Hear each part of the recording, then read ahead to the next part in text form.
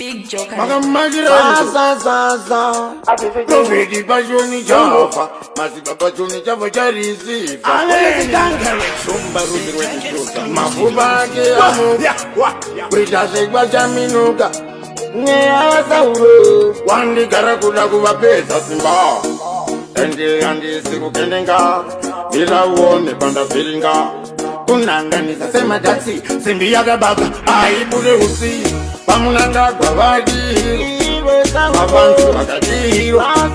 inivo ndodiro musazoti andina kudaro tinova nyama iyo inopinda mkuva asi yainorarama ndichikosakamusa chemabhozama tinova nyama iyo inopinda mkuva asi yainorarama ndichikomusa chemaprofeti chava makadikana ndafa nasimapinda mkuva ndakuda kuti vakuziva nekuti yanga yatokwana nguva ina mnenyena usachema supayut ndonzira yedu tese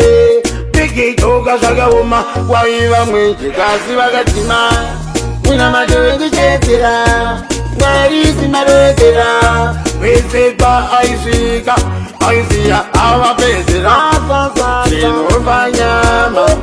iyo inopinda mkuva asi yainorarama ndichikosakamusa chemabhozama aleni mumwemo ini kana ndichinge ndafa munoziva kuti ndichakuzongai muzita rakabanerebirabe mafupa ake amuka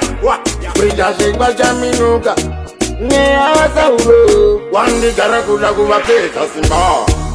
ende handisi kukendenga ndiraone pandavhiringa kunanganisa semadhaksi simbi yakabaka aibude usi pamunangagwa vadiro mavantu vakadiro inivo ndodiro musazoti andina kudaro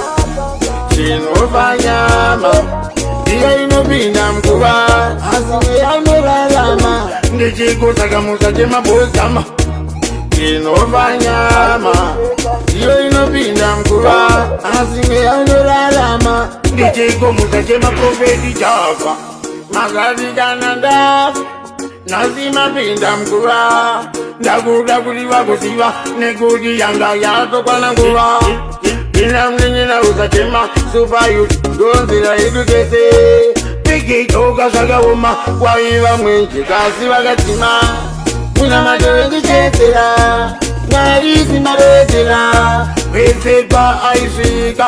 aisiya avapedzera tinova nyama iyo inopinda mkuva asi yainorarama ndichikosakamusa chemabhozama sauro akachena kutaura boni asi ndinoda kutenda kuna purezidendi yemazoni munangagwa ndichingotenda mafanzi vakandigadza umambo asi ndasiyira umwe munhu umambo iye anonzi luwa